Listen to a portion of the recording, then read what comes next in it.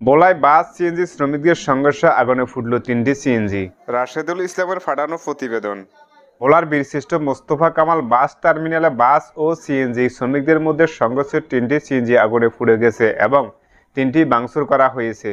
বুধবার ২৯শে জানুয়ারি সকাল ১১টায় ফের সংঘর্ষ হয়। খবর পেয়ে নৌবাহিনী, কোস্টগার্ড, পুলিশ, র্যাব ও ফায়ার সার্ভিস গিয়ে পরিস্থিতি নিয়ন্ত্রণে আনে। এর আগে গত রাতে টার্মিনালে আধিপত্য নিয়ে দফায় দফায় সংঘর্ষ হয়, যেখানে ২টি বাস ও ৫টি সিএনজিতে আগুন দেওয়া হয়। ক্ষতিগ্রস্ত হয় বাস টিকিট কাউন্টার ও দোকানপাট।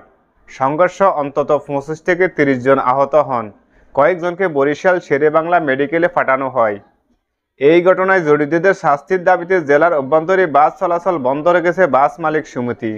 ভোলা পুলিশ সুপার জানান, আইনানুগ ব্যবস্থা নেওয়া হবে। এই ছিল হাতিয়া টিভির বিশেষ প্রতিবেদন, আর আপনাদের সাথে ছিলাম মোহাম্মদ ইসমাইল হোসেন। হাতিয়া টিভির পরবর্তী নিউজ পেতে হাতিয়া টিভির সঙ্গে থাকুন। ধন্যবাদ সবাইকে।